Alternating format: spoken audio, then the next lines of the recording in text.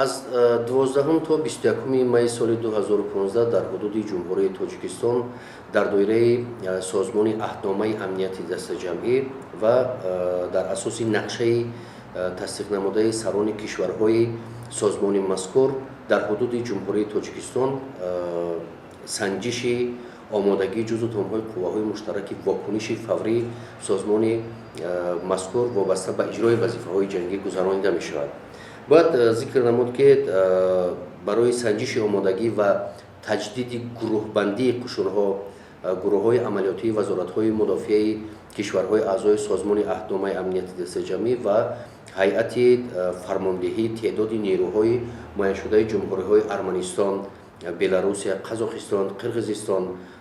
تاجیکستان و فدراسیون روسیه جلب کرده می‌شوند. طبق نقشه پیش بینی شده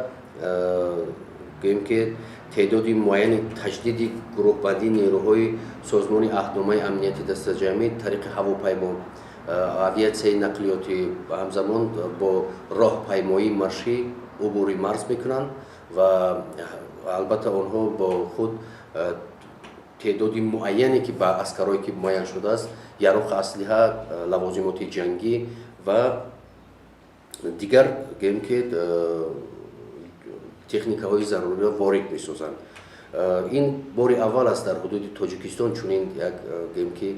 به طوری اگر گوییم سنجش آمادگی جنگی جزو تام‌های سازمان عهدنامه امنیت دست جمعی به طور یک مشق گذرانده می‌شود تا اینکه در صورت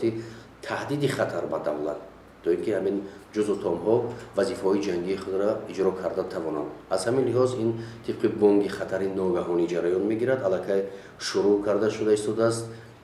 یک قطار کشورها الکی گوییم که نشانی خطر جنگی وابسته به ورود شدن به حدود جمهوری تاجیکستان گرفته ایستادند. اونا الکی آماده ایستادند. قسم طریق راهپیمایی از جانب مرزهای تاجیکستان و دیگری توسط هواپیمای و طریق مرزهای هوایی مملکت وارد مملکت گشته ایستادند و فکر میکنم که این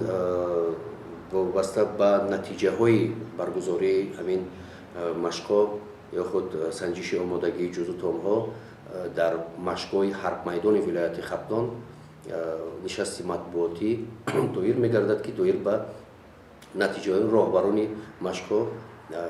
که فکر و اندیشه های ملاحظه خود را بیان می‌سازند.